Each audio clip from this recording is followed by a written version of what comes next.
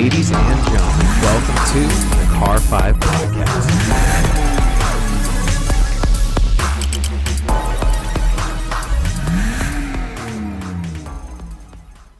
What's going on, everybody? Thank you so much for joining me today for episode number 160 of the Car 5 Podcast. You guys know me, of course. I'm your host, Joshua. For today's episode, we're going to be talking about McLaren and how they've achieved a brand new top speed of 250 miles per hour.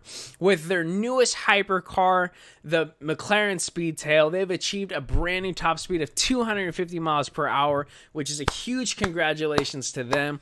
And an even bigger stepping stone is they actually surpassed their old in-house top speed record, which was previously held by the worldly famous, world-loved, and just purely iconic McLaren F1. And that record was previously 240 miles per hour. Now, just being 100% honest, is phenomenal and crazy as 250 miles per hour is, that's not what impresses me the most about this record. And here's why. For some time now, we've had cars going up and above that speed. Now, I can't say it's not impressive because it's absolutely impressive, and I've never been that fast in a car before. I would absolutely love to. But Bugatti has surpassed 250 miles per hour for a long time now. Koenigsegg has surpassed 250 miles per hour for a long time. Hennessy has surpassed that time. SSC has surpassed that time. So it's not that 250 miles per hour isn't impressive, because it's vastly impressive. But we've seen faster cars. Even recently, cars are hitting 300 now. But the reason why I want to make this video is what impresses me the most is the details of this record itself. Because you see, McLaren didn't hit 250 miles per hour just a singular time. In order to prove this test, they performed this top speed 250 miles per hour 30 times. 30 times McLaren achieved this top speed test, and they did it every single time they achieved their goal. The Speedtail had no breakdown issues, nothing of any sort of mechanical failures, no cooling issues, no problems whatsoever. Consistently, 30 times out of 30, the McLaren Speedtail did exactly what it was supposed to do, achieving its top speed.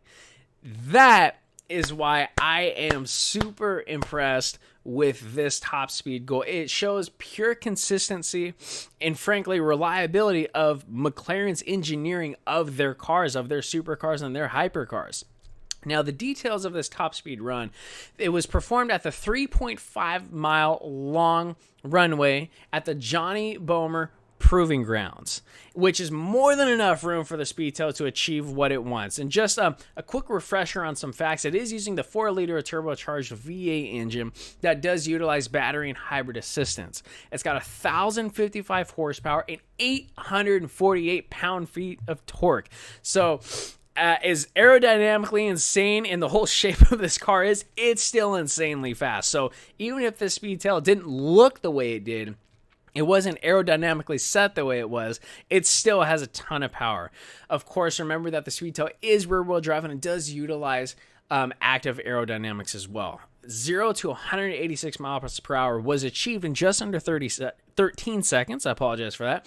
And 0 to 60 miles per hour is estimated to be just under 3 seconds.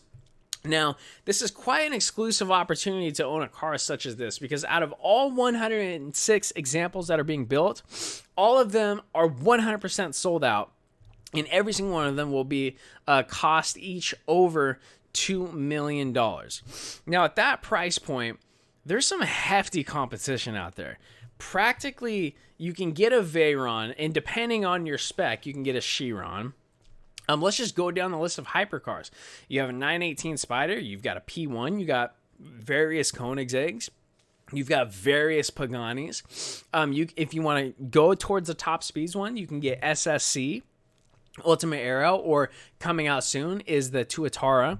You have the Hennessy Venom GT, you have the Hennessy Venom F5 coming out. There's a ton of competition. As weird as it sounds, the multi-million-dollar supercar market, or hypercar market, I should say, it's very tough. Even LaFerrari, you got those out there. So would you, knowing this about the Speedtail, McLaren performing this test 30 times over and achieving their goal every single time, thus legitimately showing how reliable and how consistent their cars are and its ability to perform, would you purchase the Speedtail? Or would you opt for a different hypercar? Because, again, as weird as it sounds, the multi-million-dollar cars they're not crazy anymore. It's almost normal because there's so many of them out there. 250 miles per hour is legitimately insane, but it's not new. It's been done. So is the McLaren Speedtail, I don't think I would purchase one based off the sheer performance of it, rather the consistency and the reliability of it, because it's not a known fact that certain hypercars out there, and honestly, I'm not going to drop their names, have some issues. So the Speedtail is a little bit of attractive to me because given this test of performing that top speed 30 times in a row, it's consistent. So what hypercar would you guys buy? Knowing what we now know about the Speedtail and how reliable it is and how good it is and how consistent it is, would you buy a Speedtail? Or would you opt for something else? Let me know what you guys think. But ladies and gentlemen, that's all we have for episode number 160. Talking about, well, I will say now, the consistent and reliable McLaren Speedtail achieving 250 miles per hour. Don't forget to follow on Instagram, like on Facebook. If you guys are checking out the podcast for the first time, thank you so much for stopping by. Feel free to head over to the YouTube channel as well, unless you're watching on YouTube already. If you are, thank you so much. And just browse the channel. If you guys see what you like, hit that subscribe button if you don't mind. Leave a like on this video as well. If you ever need anything from me, just shoot me an email. info@car5podcast.com. Don't forget to check out the link in the bio or in the description. Your guys' go-to source for the best car apparel out there. www.tlg.com. Got a coupon code for you guys as well. Last but most certainly not least, don't forget to tune into episode number 161. We're going to be talking about McLaren again and why they're a little hesitant to produce a full electric car. Thank you so much, everyone, for tuning in. Please remember to drive safe and have a fantastic evening. Thank you.